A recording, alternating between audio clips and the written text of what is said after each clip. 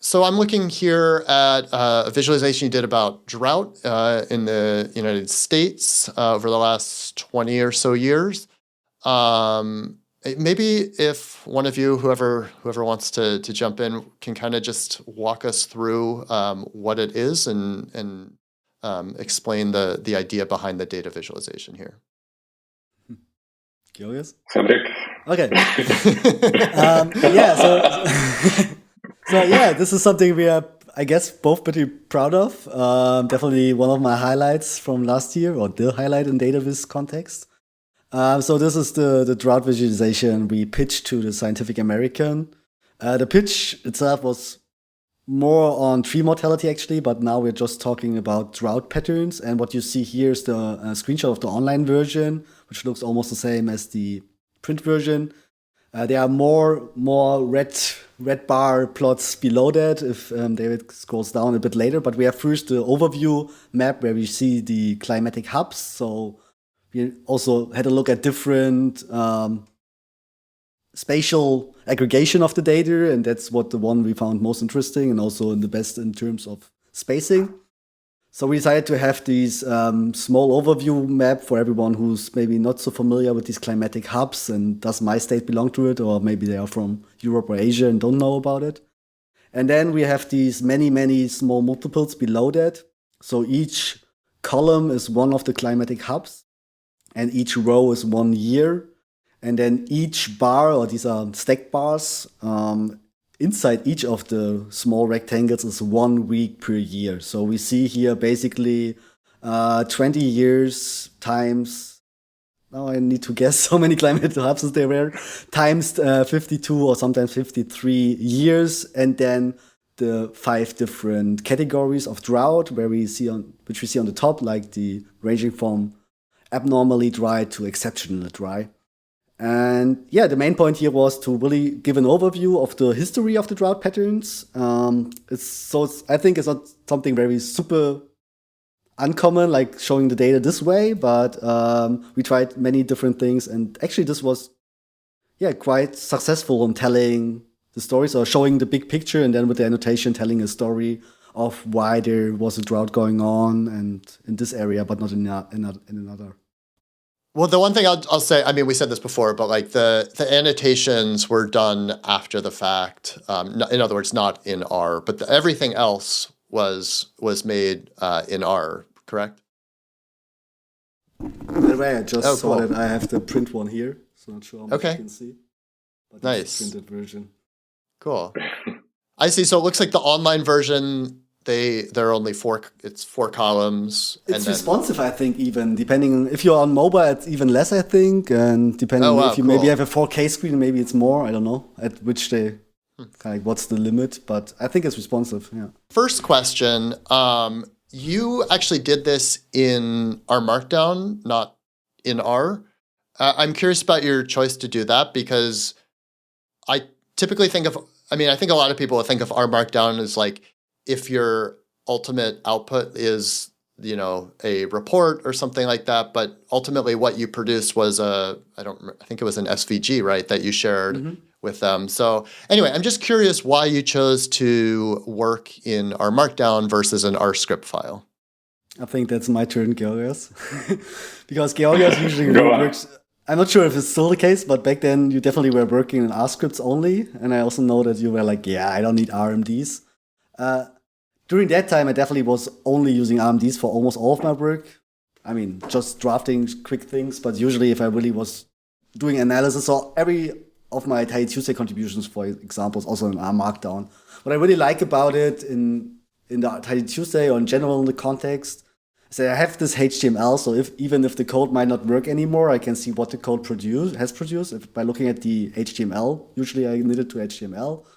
And what I also like is that we will see it at the end, that I always add a session info, which I can also put in an R script, but then I need to comment it or somehow. So I also never done that, but basically I could go back and install the old versions of the packages to make it run again, hopefully. So that's basically the idea, the session info bit. And one good thing, which I'm not making so much use of it, but in the context of really working with ggplot, for example, R Markdown has the cool thing that you can specify, as we see here also on the script already, the figure width and figure height of your output. And if you have inline output, which I'm actually not a big fan of, but for drafting it's sometimes helpful because it has then the format which you also would have if you save it to disk. And if you open it in the plotting pane on the right hand, then you have this responsive one. So depending on how big your screen is and how big your window pane is, the smaller, the bigger you get the bars and the labels and stuff. And it doesn't look good. That's interesting. I had never thought about that being a benefit, like being able there to set the figure height and figure width. If you know, for example, what you need to get in the end, that's a way to test while you're working in R Markdown. Yeah, it's also easy to adjust, right? If you see like, okay, now I know some people having problems with white boundaries if you have fixed chords or maps. So I mean, it's never really perfect, but you could then go there and make it a bit smaller without leaving RStudio all the time. I mean, I usually do it. I save it to this, go there, open the file, go back to RStudio. But it's actually quite some additional work. Yeah, definitely. You don't need. Yeah. Interesting. Okay. All right. So what I'm going to do now, I'm just going to kind of like walk through, and I'm going to kind of like explain what I understand you to be doing. If I at any point am confused about anything or misinterpret what you did, please let me know. So up here, you're actually working in Distill, set a few options in your YAML. You're loading some packages. Tidyverse obviously does all the tidyverse stuff. Lubridate, SF for geospatial work, I assume for the map. Albers USA gives you the data that you use for the map. I don't know the color space package. What is that? What does that do? The color space package is to manipulate colors. I think now most people are using Prismatic, which offers the same and more. But it's basically, you can create your color palettes and test them, but also what I use it for is since ggplot version 3 or 3.3, I'm not sure now about it now, the afterscale argument is there.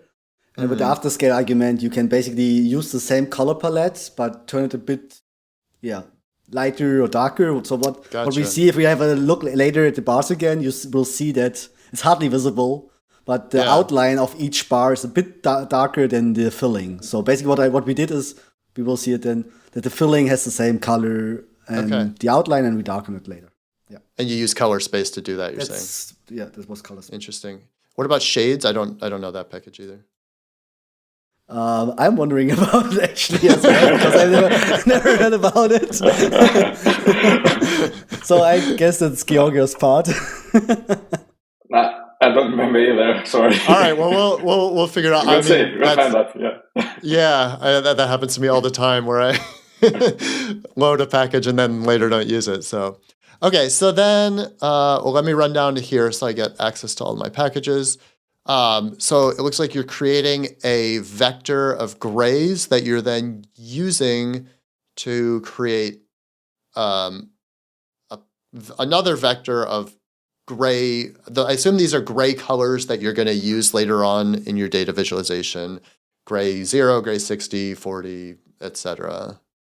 So then these are state abbreviations for the various climatic hubs, right? Yeah, which will be here, as well as the other things. And these are also the grays actually on the map, I think. The grays on the map are the grays vector. Ah, I see. Okay, so we had different versions. We had colorful maps, and at some point we decided it's too much color anyway, so we go for gray. Gotcha. Yeah. Okay. So I'm going to just actually briefly walk through the map, because the map, I actually have another chapter where I'm going to talk about maps. So I'm just going to briefly. So you make a map, and it looks like that. And so that's the map at the top. All right. So let's actually get in, though, to these charts. So, okay, I don't know that this is actually going to go in, but I didn't know that Rio import would also import a JSON file. So that was super cool when I learned that. because I hate working with JSON. That's actually why I'm using Rio now. I'm actually still going often back to read CSV, but actually I should use Rio more often because it even works with Excel files and JSON and GeoJSON. And it just does it. That's exactly the idea. Where you're not sure, just use Rio. Okay, I'm going to start doing that. That's amazing. Yeah. All right, so you import it, and then you wanted to just look at the time period that's covered. Okay, so you actually no, I'm not going to talk about that. All right, so I'm going to comment that line out so we can just actually see the output. Or no, actually, I should save that. So you create this, you do some data wrangling on the percentage of, percentage of places within that region. What was it? Percentage Climatic of region hub that experienced drought in that hub. So for example, in California, in September of 2021, 6% was in drought. 6% was in D1. In D1, I assume that's like the level of drought. Is that right? Yeah, D0 is the lowest one, so it's not sorted, or maybe one is missing here. I'm not sure, but yeah, usually it's D0 to D4. Yeah. Gotcha. And so then the date is the Tuesday or so of the beginning of the week, how they measure. The week. Yeah. Okay. It's just always that's how the data is collected. Yeah. This is how you can directly download it from Drought Monitor. Gotcha. Okay, so let's actually. What I'm going to do here is I'm going to actually comment that so we can just kind of look at it step by step. So, the very first thing you did was you. Whoops.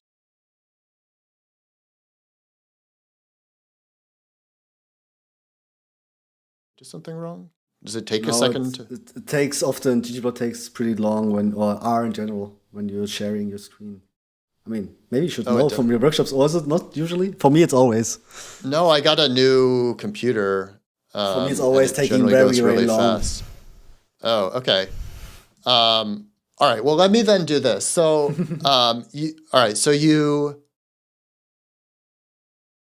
Here, I will actually save it as bars.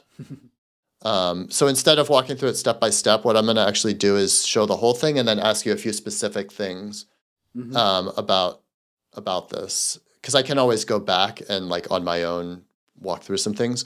So the way you designed this was you use small multiples a lot, right? Like so you kind of make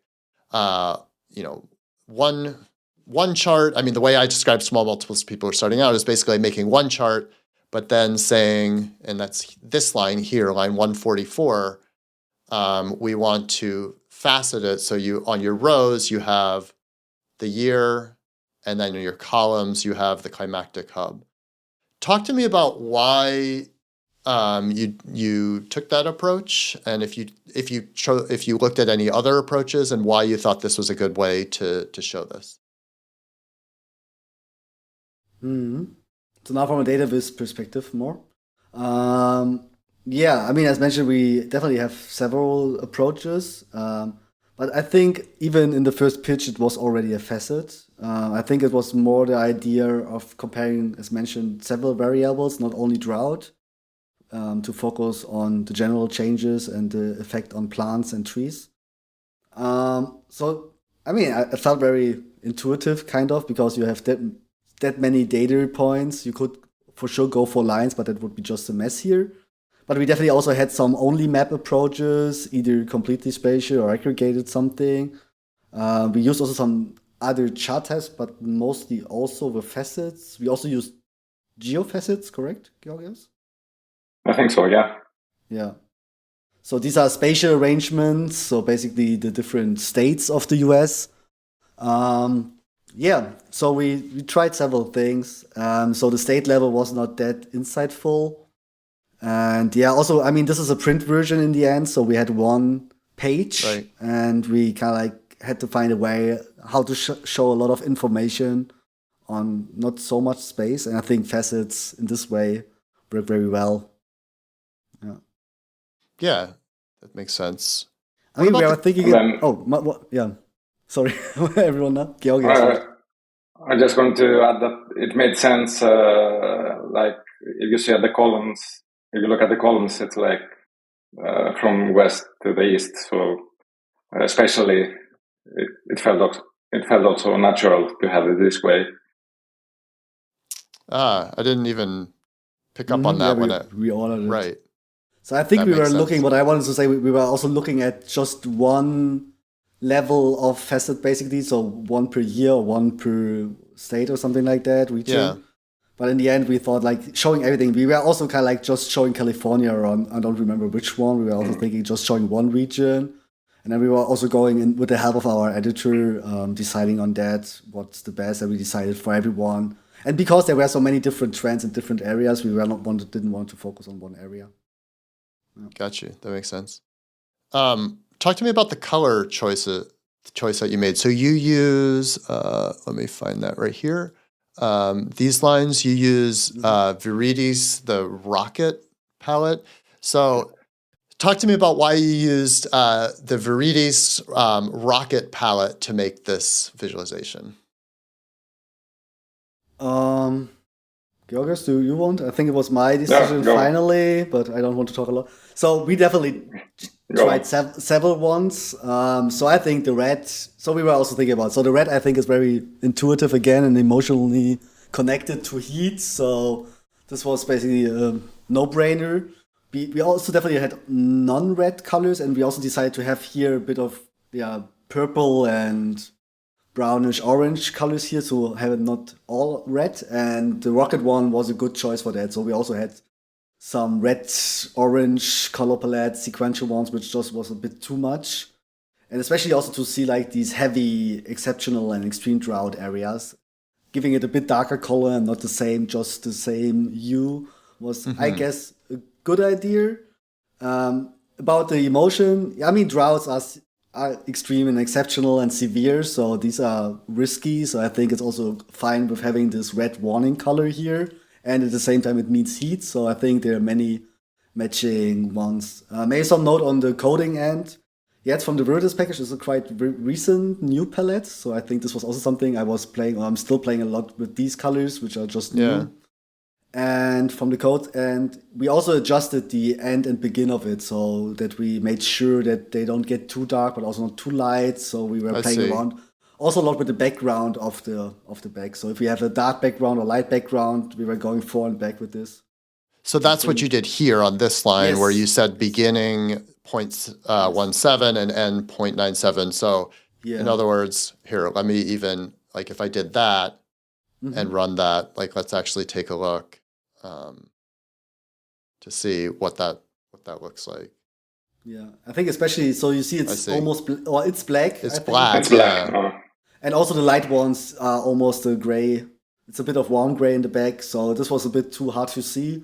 Right. And the direction as well, maybe something to mention from a database perspective, but also that's something you can do in the function. So flipping the direction, the highest contrast should be on the one we are mostly interested in. So the extreme, no, it's not extreme, exceptional drought is the highest category. So that should be also have the highest contrast. So that's why we need to flip the palette. Yeah. I mean, it also has something cool, right? But you immediately maybe focus more on the dark ones than on the light ones. Cool. Yeah. It's interesting to see like this.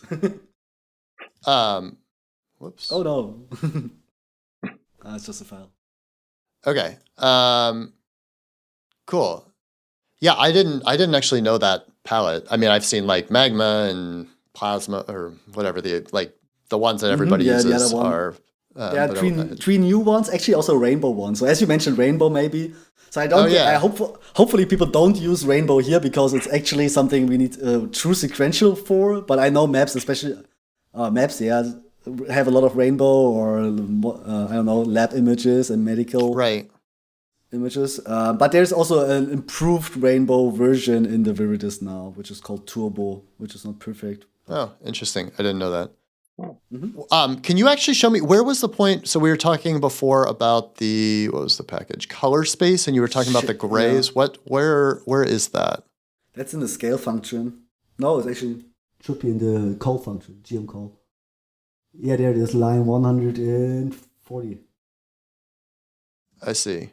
But I see, and I think there's the shades function. I think maybe I was it, not sure.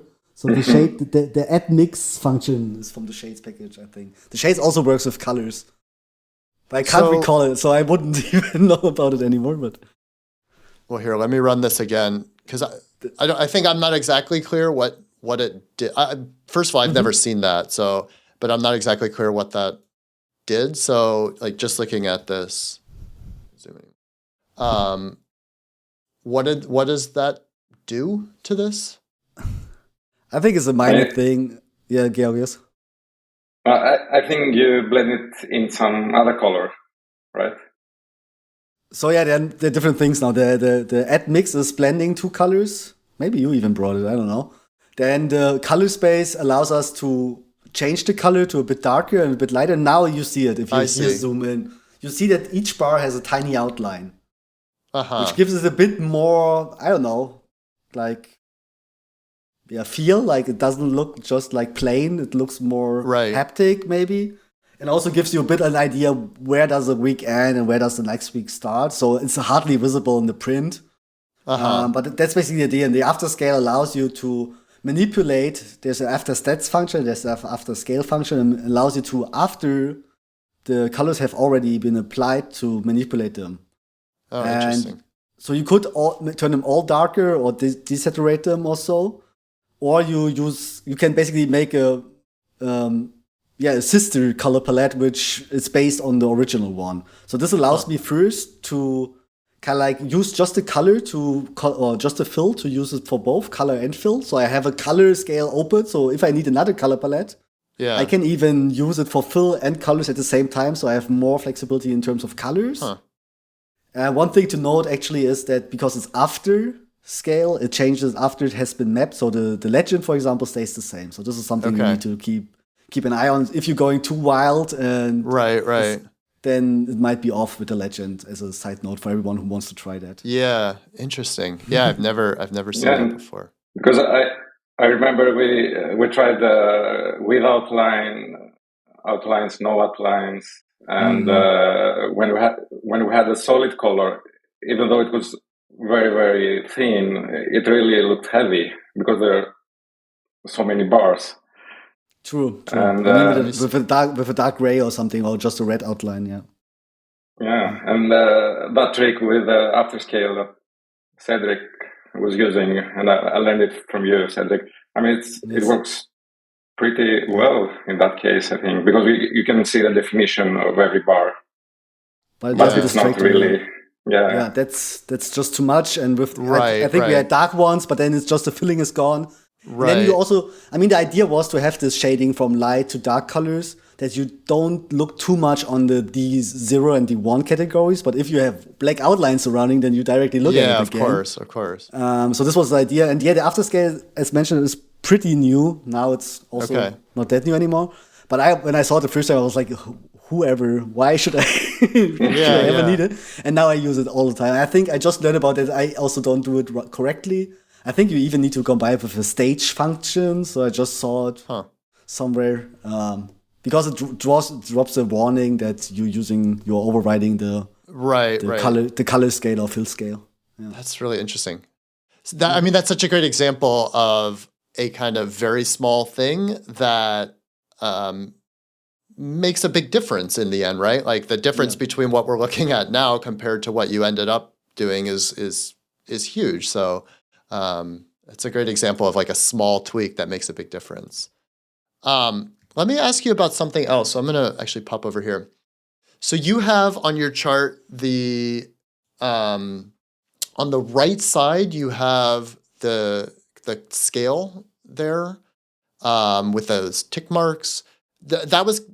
That's kind of unusual, like in terms of a placement for it. I'm curious about maybe first of all, the thought process behind that, and then I want to talk about how you actually implemented that.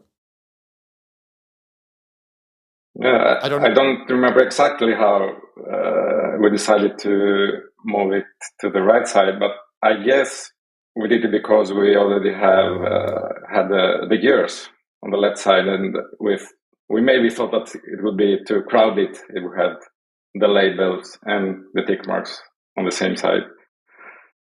Yeah, I also can't recall it actually. So by default, if you do a faceted ggplot, it would be vice versa, right? The years on the right. And I think the more important here is that people realize that this is years. I mean, it's going from 0 to 100%. Oh wow, surprise! The idea is not that you read off single values from each week. So the scale actually is not so much important. It's just more like, okay. I mean, maybe eventually we even would use no scale, but then people likely would be like, yeah, what are these values representing? Right. So it's more like, okay, if you want to give it a try, take out your ruler and measure them, but that's not the idea. Right. But maybe it was even the idea by Jen. I can't really recall. I'm just trying to pull up some old versions of ours and see when we changed it. But yeah, that's. Well, I think the focus on the year is the important bit. Okay. So now I'm wondering, okay, so in terms of the specifics of how you made that, so you use theme light, but then you removed some things, like you removed axis lines on the X. Well, why don't you talk me through it? Like, I'm guessing it's a combination of theme light and then some things in the theme function. Is that right? In terms of how you made that? Yeah, I think we have it in the scale function, scale y-axis.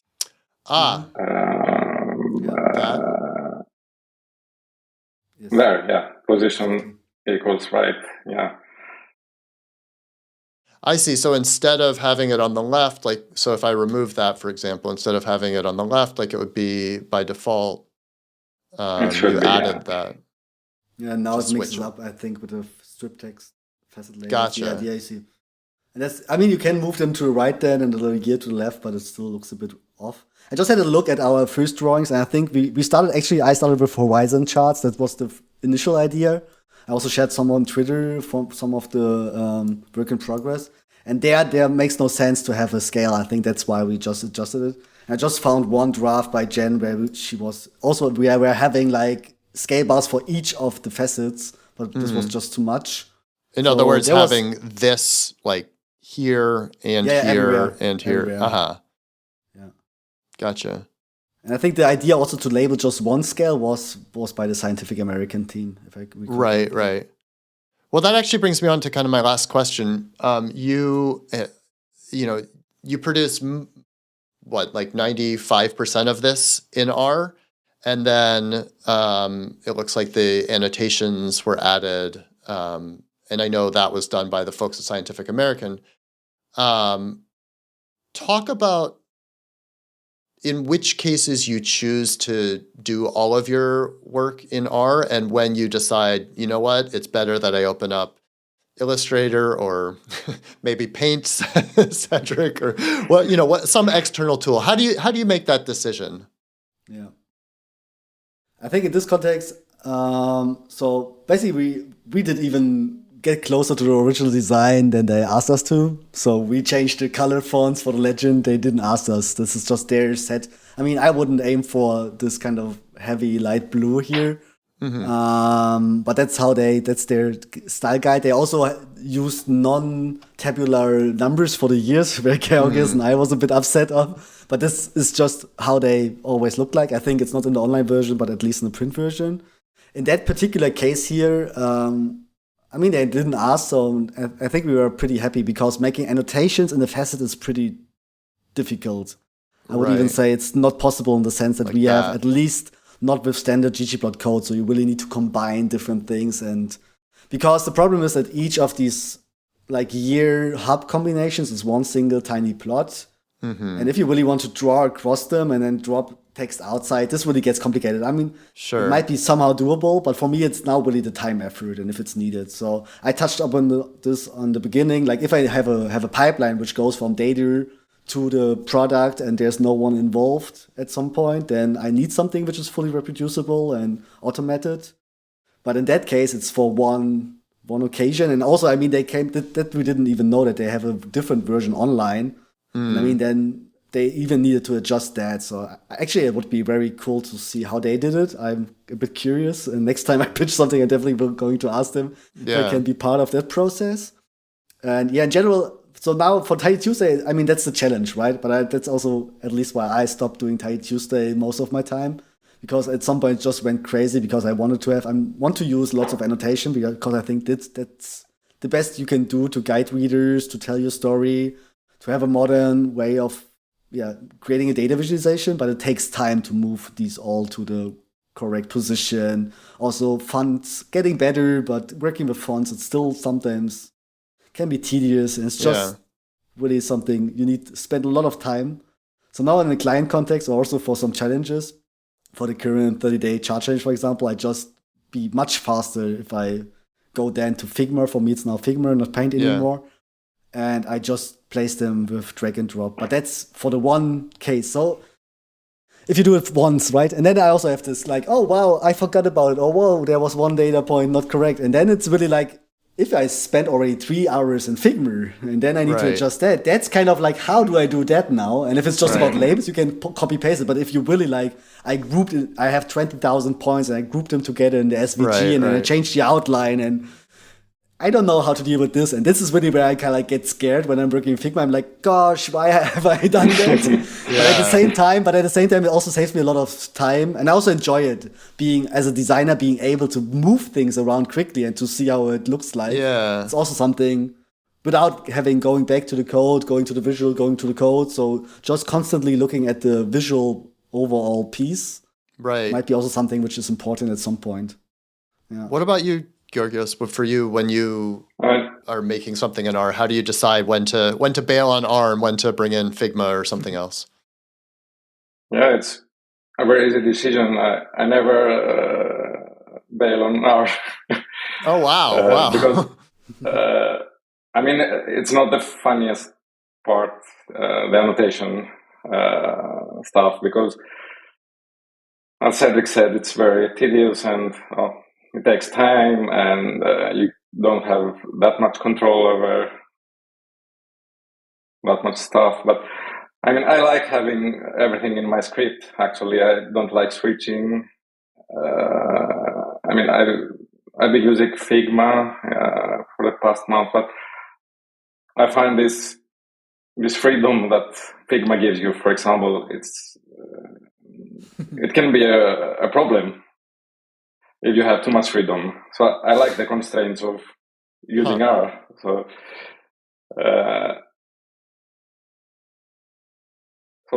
yes, sometimes I want maybe to have some more annotations. I don't do it because of that, of those constraints in R, but most of the time, I mean, I can buy.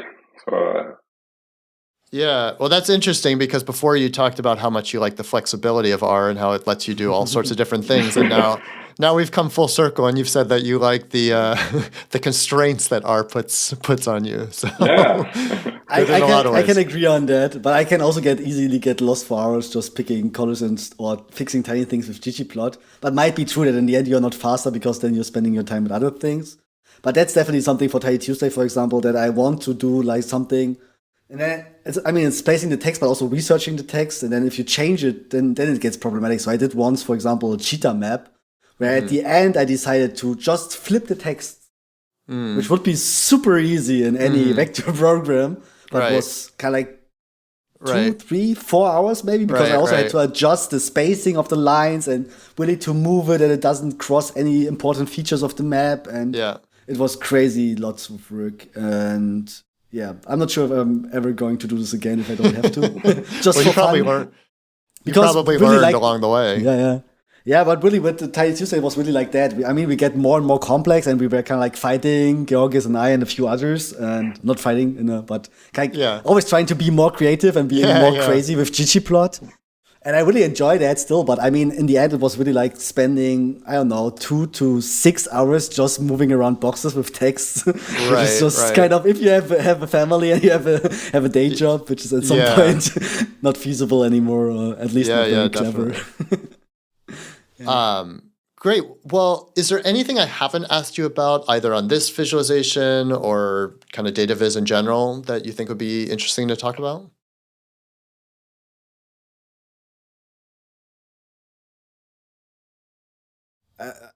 Maybe just a note for this particular one, because I realized that the code is pretty short, at least I think what Georgios and I usually code for a map and a full visualization, because I mean, this is one of, as I mentioned, one of the things we are very proud of, but actually it might be one of the most simplest codes in ggplot we have written still for kind of like these things. I just want to mention that we tried many designs and stuff. It's not really like that we just sit down and it's how it is. I mean, I think this is important for viewers and listeners in general. That is not... Sometimes it works, like you have an idea and directly the code works and it looks good. But here, as mentioned, I had in mind horizon charts with lots of different variables. In the end, we had no horizon and just one variable. So it's very different. That might be just as a motivational thought. Yeah. Well, it's actually interesting to hear you say that, because, it's a fairly complex chart when you look at it. I mean, it's not like just a simple bar chart, for example. But just to show that you can make something fairly complex without, super complex code is, in some ways kind of what makes ggplot so powerful. So yeah, but that's really interesting, because people look at it like, wow, so many bars and so many colors and stuff. Right. And yet we did not even mix 2 GMs, right? We only have 1 GM. I think even for my most businessy clients, I'm using. Oh, we are using 2. Yeah, this is the background. I mean, this we did for some reason. But I think in the final version, we would not even need it and could just use the plot background. We did it because we had different length of years. So, and sometimes we wanted to indicate that, but I think in the end we didn't go for it because it looked just too... I think we just cut off week 53. Yeah, because there was looked too strange. Yeah, it looked super strange. But the idea was to have a panel, a background rectangle, which fills on so that you see that it's not missing data. And that's why we have a rectangle, but actually you would not even need it. So for the actual chart, it's just 1 GM, which is hardly the case for any ggplot code I write. Which is somehow again, like crazy. That's just a great example of what ggplot can do. Thanks.